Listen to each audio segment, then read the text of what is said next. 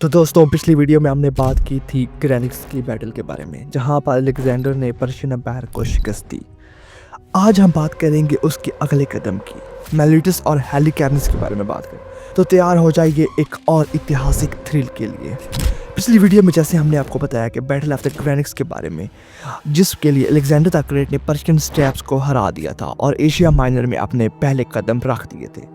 लेकिन ये तो बस शुरुआत थी। आज हम बात करेंगे उसके अगले दो बड़े मिशन की, पहले मेलिटियस और दूसरा हेलिकैर्नस। इससे हमें पता चलता है जो अलेक्जेंडर था उसका मिलिट्री जीनियस, उनकी अनबीटेबल सोच। अलेक्जेंडर का मकसद था कि पर्शियन एम्पायर को चुनौती देना और उसके हर एक कोने को अपने कब्जे में लेना। 334 BCE में ग्रेनिक्स के बाद अलेक्जेंडर ने अपनी सेना एशिया माइनर के कोस्ट एरिया की तरफ मार्च किया। उसके पहले टारगेट था मेलिटियस। ये एक इम्पोर्टेंट ग्रीक शहर था जो कि पर्शियन कंट्रोल में था। मेलिटस एक स्ट्रेटेजिक पोर्ट था और इसका कंट्रोल अलेक्जेंडर के लिए ज़रूरी था ताकि वो पर्शियन नेवी को रोक सके। जब अलेक्जेंडर मेलिटस के पास पहुंचा तो वहां के गवर्नर पहले तो सरेंडर करने का सोचा, लेकिन जब उसको पता चला कि पर्शियन नेवी 400 शिप के साथ आ रही है, उसने रेजिस्ट करने का फैसला किया। अलेक्जेंडर के लिए ये पहला बड़ा नेवल चैलेंज था, लेकिन उसके पास एक सीक्रेट वेपन था, उसका एडमिरल नेक्रोर। ये पैरामोनियन का भाई था, जैसे कि हमने आपको लास्ट वीडियो में बताया था। पैरामोनियन कौन था? ग्रीक जनरल्स था। उसने नेक्रोरन को 160 शिप के साथ लेट आइलैंड को ब्लॉक कर दिया, जो कि मेलिटियस के हार्बर का एंट्रेंस था, यानी कि जहाँ से वो दाखिल होते थे। और पर्शियन नेवी जब वहाँ पहुंची तो वो अंदर नहीं घुस सकी। अलेक्जेंडर ने अपने सीज इंजन्स का इस्तेमाल किया, कैटापुल्ट्स और द बैटरिंग रैम्प्स थे, और शहर की दीवारें तोड़। पर्शियन डिफेंडर ने मिसाइल और दूसरे जो उनके काउंटर अटैक्स वाले मेथड थे उन्होंने वो लगाए, लेकिन जो अलेक्जेंडर की आर्मी थी वो अनस्टॉपेबल थी और कुछ ही दिनों में उन्होंने मेलिटियस के किले को कैप्चर कर लिया। और जो दूसरे लोग थे जो कि पर्शियन थे वहाँ पर बच गए, और जो नेवल थी, जो ब्लॉक्स, वो पहुंच गई हेलिकैर्नस के किले में, जहाँ पर उन्होंने पनाह ली। यहाँ से स्टोरी और इंटरेस्टिंग हो जाती है। मेलिटियस के बाद अलेक्जेंडर ने अपनी नेवी को डिसबैंड कर दिया। अब सवाल ये आता है कि उसने ये डिसीजन क्यों लिया? क्योंकि अलेक्जेंडर का प्लान अलग था। उसने कहा, मैं पर्शियन फ्लीट को लैंड पे हराऊंगा। उसको यकीन था कि अगर वो कोस्ट सिटी को कैप्चर कर लेगा तो वो बच जाएगा। तो मेलिटियस के बाद उसने सीधा हेलिकैर्नस की तरफ बढ़ा, जहां पर Persian commanders Memnon of the Rhodes और कैरियन कमांडर्स मौजूद थे। वो एक मजबूत किला बनाया हुआ था। अब जो हेलिकैर्नस है ना, जो हेलिकैर्नस सिटी है, ये आज मॉडर्न डे टर्की में बॉर्डरम के नाम से जाना जाता है। अगर आप गूगल पे देखें तो आपको मिल जाएगा। ये कैरियन एम्पायर का कैपिटल था।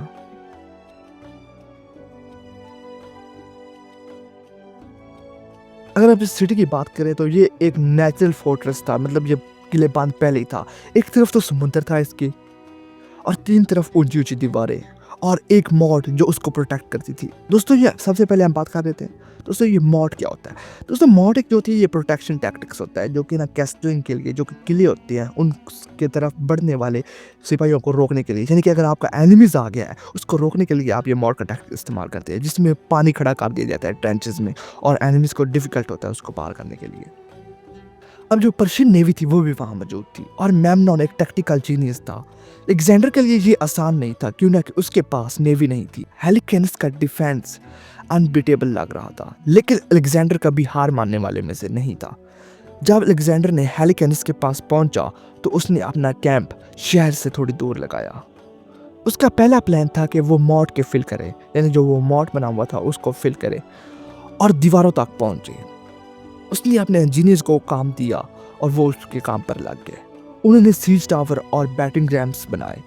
ये मशीन उस समय की जो एडवांस टेक्नोलॉजी थी वो थी। अलेक्जेंडर की मिलिट्री इनोवेशन का एक हिस्सा थी। दूसरी तरफ मेमनॉन ने भी अपने आर्चर्स को दीवारों पे बिठाया हुआ था। अब जो अलेक्जेंडर की सेना थी उसने मॉड के पास एक रैंप बनाया, लेकिन मेमनॉन ने काउंटर अटैक करके उन्हें पीछे धकेल दिया। अलेक्जेंडर ने देखा कि सीधा अटैक तो काम नहीं कर रहा, तो उसने एक नई स्ट्रेटजी बनाई। अपने एक डिटैचमेंट को शहर के दूसरे गेट्स की तरफ भेजा ताकि डिफेंडर का ध्यान बटाया जा सके। ये रिस्की मूव थी, लेकिन उसने ये कोशिश की। जब वो गया तो उसने पूरे सिटीज देखे। एक जगह पर उन्होंने अटैक भी किया, लेकिन बहुत मुश्किल था वहाँ पर बचना, उस दीवार को तोड़ पाना। अब होता क्या है, अलेक्जेंडर जो होता है उसकी बहुत सी कैजुअलिटीज हो चुकी होती है। जब भी वो जाता है वहाँ पर, मतलब जो उतनी भी स्क्रैम्स करने, जब भी अलेक्जेंडर जाता है बैटल्स करने के लिए तो उसकी बहुत से कैजुअलिटीज हो जाती हैं।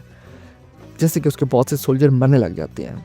अब होता क्या है, जो अलेक्जेंडर होता है वो कोशिश करता है कि अब ये वार रोकी जाए।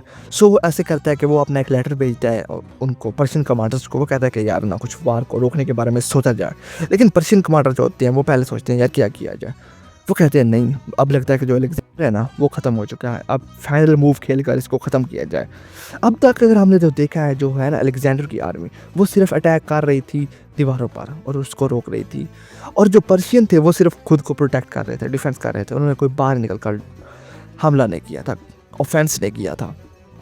अब होता क्या है, जो पर्शियंस होते हैं वो कहते हैं कि अब लास्ट मूव खेलकर इसको चेकमेट किया जाए, यानी कि इसको ख़त्म किया जाए।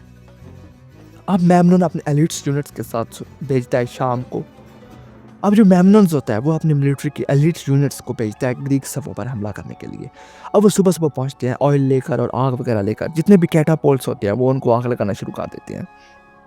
अब जो अलेक्जेंडर की आर्मी होती है वो शॉक हो जाती है और वो भी जल्दी जल्दी वहाँ पे पहुँचती है और अब वो लड़ने लग जाते हैं। पहले जो पर्शियन आर्मीज थी उन्होंने मैसेडोनियन आर्मी को घेर लिया था। अब यहाँ पर लग रहा था कि अलेक्जेंडर द ग्रेट ख़त्म हो चुका है, चेक हो चुका है और अब गेम ओवर। लेकिन यहाँ पर कुछ और ही चल रहा था। अलेक्जेंडर भी बड़ा स्मार्ट मूव खेल गया।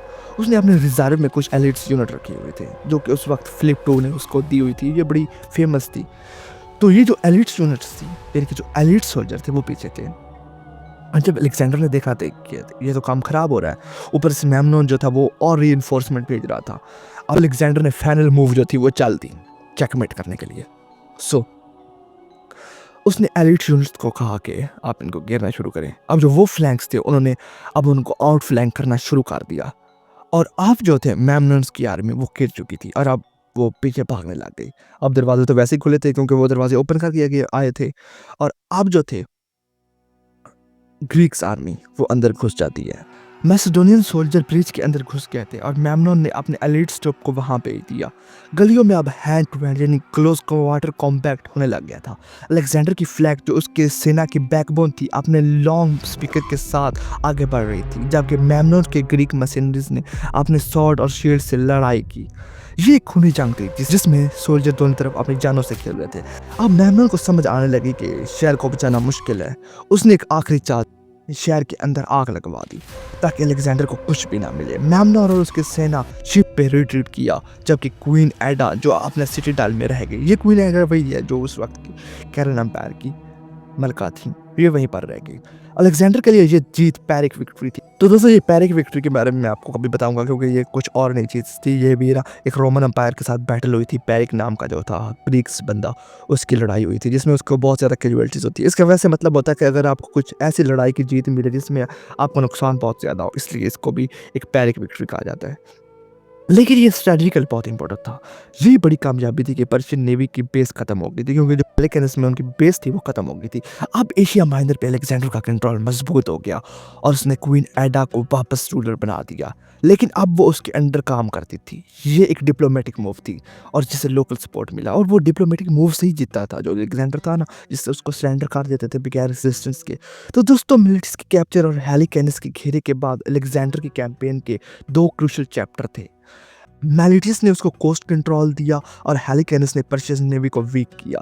ये बैटल सिर्फ लड़ाई नहीं थी बल्कि एक एम्पायर बनाने का पहला कदम था।